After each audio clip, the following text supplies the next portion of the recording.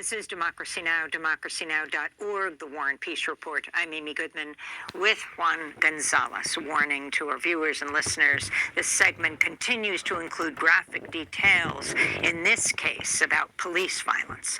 Outrage over a police shooting in Akron, Ohio prompted mass protest over the long weekend as people gathered outside the police department's headquarters and marched downtown to demand justice for 25-year-old Jayland Walker, a black man shot dead by police after a traffic stop June 27th. He was shot more than 60 times. At one point, protesters were confronted by police in riot gear who shot tear gas at them. The protest came after police released multiple body camera videos from the shooting in response to earlier demands from family and local activists. Police say the videos show a gunshot being fired from the car driven by Jayland Walker before he tried to drive away after police pulled him over for a minor traffic violation. Police say a gun was later recovered from his car. Jayland Walker was unarmed when police shot him dead.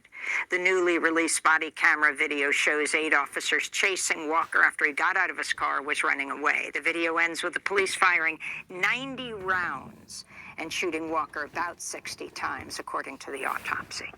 In this graphic video from the police footage, you can hear the barrage of police gunfire. Move! Don't move! Don't move! Show your hands! Show your hands!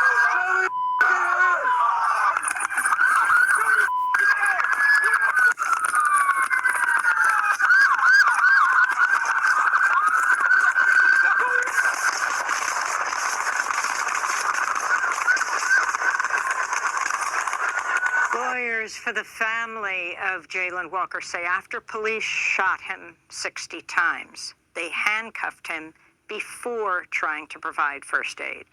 These are Walker family attorneys Bobby DeCello and Elizabeth Page White.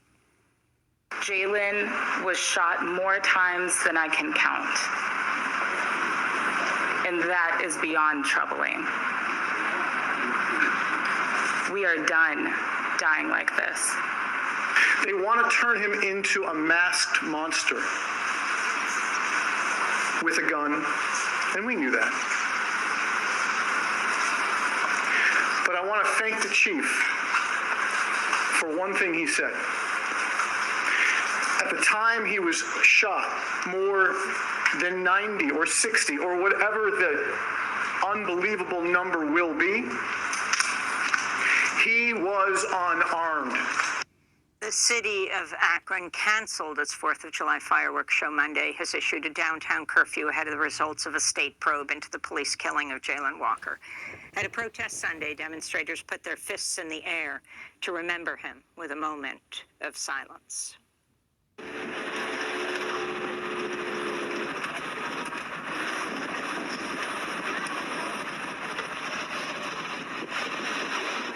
For more, we go to Akron, Ohio, to speak with one of the people helping to lead protests calling for justice.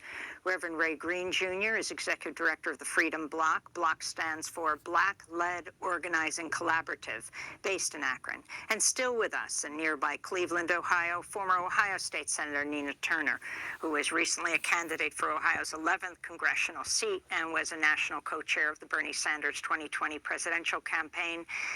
Reverend Green, let's begin with you.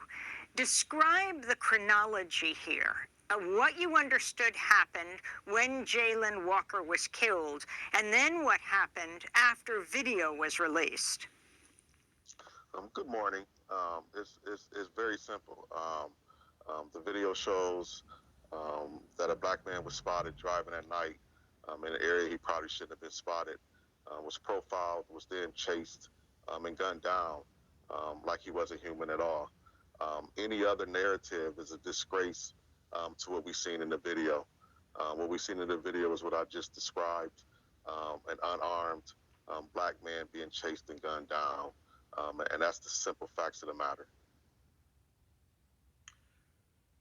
And Reverend Green, in terms of how the police chief has handled this situation since it happened, could you talk about that as well, and the rapid release of the videos, which is unusual in a lot of these cases? Police try to hold back these videos for as long as they can.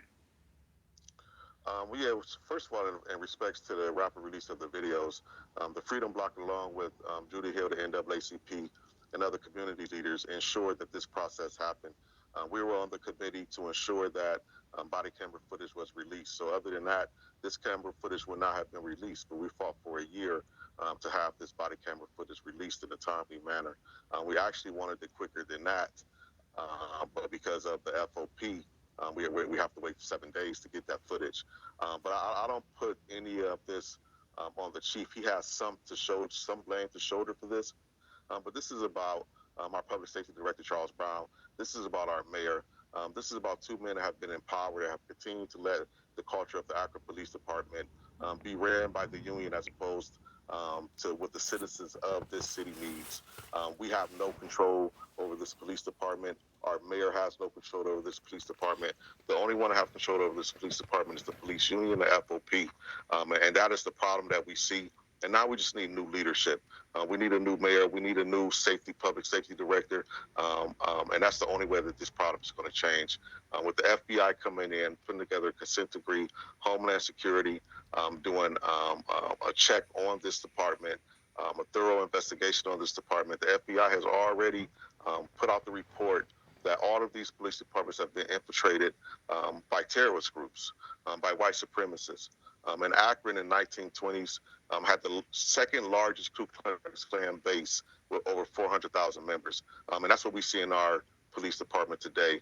There's a culture of racism, a culture of police that's not from here, that has very little interaction with black people. And this is what they think of. They chase us down and they gun us down for a tail light violation that, as you see on the video, is not evident. And speaking of that, could you talk about the police killing of 42-year-old Jeffrey Stevens back in July? I think it was 2008. Eerily Yes. similar to this incident. Yes, a young man who was a pillar of his community, who was protecting his block, protecting his street.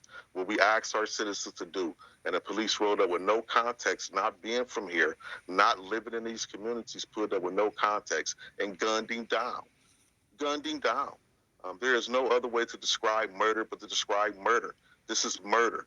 And our police are getting away with murder because our state representatives refuse to get with a qualified immunity, refuse to put together legislation that protects citizens. They rather protect buildings. We have instilled a curfew here because we rather protect buildings while we're being gunned down like target practice for the lack of a tail light that is not even present in the video. Is that what they say the traffic violation was, that they were pulling him over for? Taillight? Yes, a broken tail light. Nina Turner, if you could weigh in here. This is a story you're all too familiar with.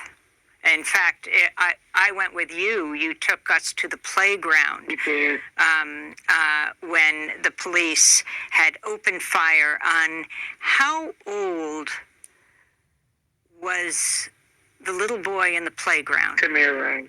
Yeah. Tamir Rice. Tamir Rice was 12 years old. 12 years old. Yeah, The police yeah, killed him within seconds in the playground.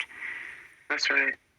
That's right. I remember it like it was yesterday, and us having that interview, and it was because of what happened to Tamir Rice that, you know, the governor, John Kasich, and Governor Kasich is certainly a conservative Republican. Everybody knows I'm a hell-raising humanitarian.